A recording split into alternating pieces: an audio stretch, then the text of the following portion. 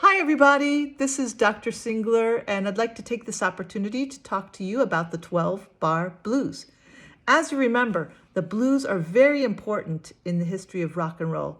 Along with country, western, and pop, they form the basis of rock and roll.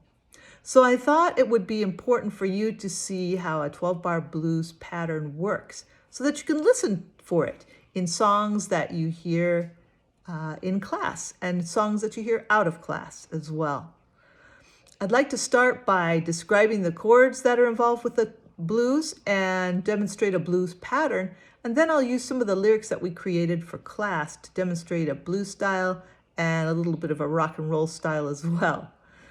So first I'm going to flip my camera over and show you my keyboard. I have my thumb on the note C, and I'm going to go up a third from C and play that note, and a third from that note, and play this note. And I've got a lovely chord based on C. So since we're in the key of C major, we're going to call that the 1 chord because it's based on the first note of the scale. Then I'm going to go up to the 4th tone of the scale, 1, 2, 3, 4. I'm on the note F, and I'm going to create a similar chord on F. That's my 4 chord in the key of C major.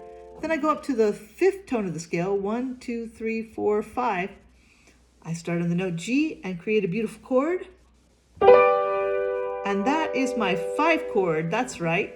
You guessed it, the 5 chord in the key of C major.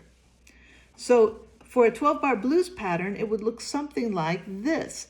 I'm going to go ahead and count the measures as we go along in this pattern. 1, 3, 4, 5, 6, 7, 8, 9, 10, 11, 12. And now I'm going to use the lyric that Victor wrote to demonstrate a 12-bar blues pattern. Oh, I live in a desert so full of dust and heat. Oh, I live in a desert so full of dust and heat. If I don't find water soon, gonna end up vulture's meat.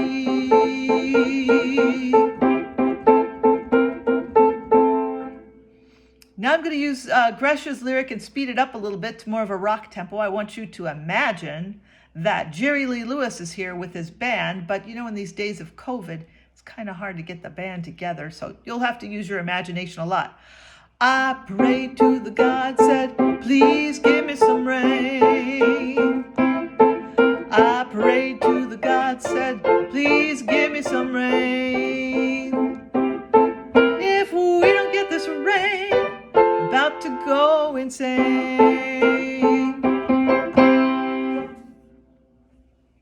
Thanks, everybody.